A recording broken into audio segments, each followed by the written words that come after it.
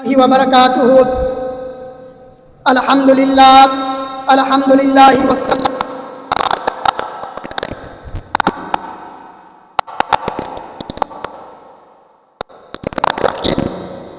الذین ان مکناہم فی الارض اقاموا الصلاة وآتوا الزکاة وامروا بالمعروف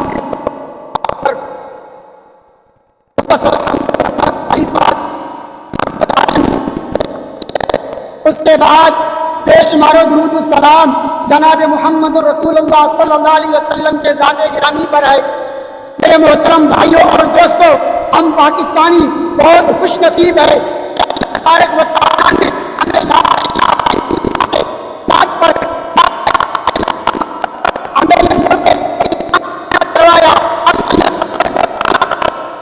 ہمیں یہ آزادی اتنی بڑی اللہ تعالیٰ کا انعام ہے۔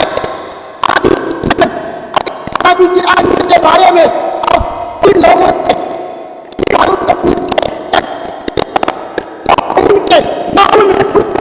اور آزادی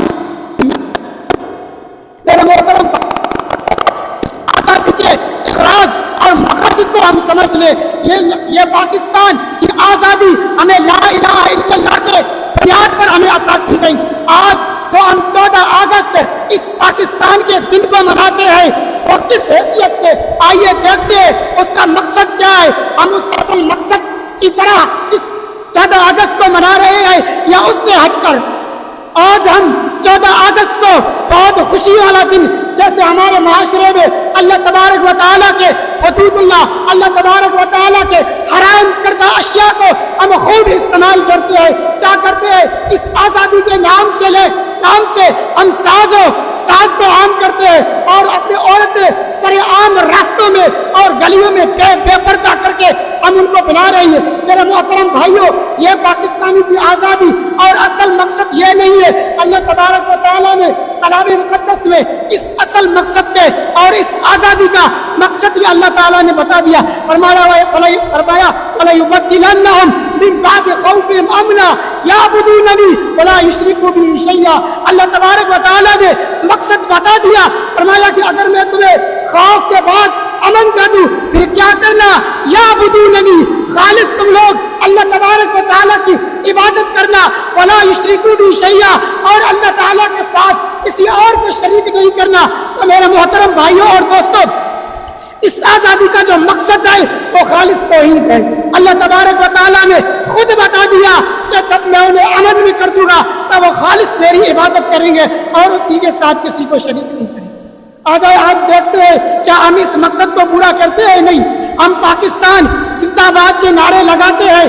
پاکستان کا مطلب کیا؟ لا الہ الا اللہ کے نعرے تو لگاتے ہیں، دیکھیں کہ ہم اس مقصد کو ادا کر رہے ہیں یا نہیں۔ اللہ تبارک و تعالیٰ نے سورۃ الحج میں آزادی کے 4 مقاصد بتا دیے۔ فرمایا کہ الذین ان مکناہم فی الارض اقاموا الصلاۃ وآتوا الزکاۃ وامروا بالمعروف ونہوا عن المنکر۔ میرے محترم بھائیوں اور دوستوں، ہم پاکستان کا نعرہ تو لگاتے ہیں، یوم آزادی کا نعرہ تو لگاتے ہیں، پاکستان زندہ باد کا نعرہ تو لگاتے ہیں، لیکن جس مقصد کے لیے اللہ تبارک و تعالیٰ نے ہمیں یہ پاکستان آزاد کروا کے دیا، آج مسجدوں میں حی علی الصلاۃ اور حی علی الفلاح کی آوازیں گونج رہی ہے، لیکن جو لوگ پاکستان کے زندہ باد کے نعرے لگاتے ہیں اور 14 اگست والے دن گلیوں میں روڈوں میں پاکستان کا لباس پہن کر کپڑے تو پہنتے ہیں، پاکستان کا نعرہ تو لگاتے ہیں، لیکن انہیں یہ پتا نہیں ہے کہ یہ پاکستان کس بنیاد پر اور کس مقصد پر آزاد ہوا ہے۔ اس مقصد کو آج ہم لوگوں نے بھول دیا ہے۔ میرے محترم بھائیوں اور دوستوں، یہ پاکستان، یہ آزادی اللہ تبارک و تعالیٰ کی ایک بہت بڑی نعمت ہے۔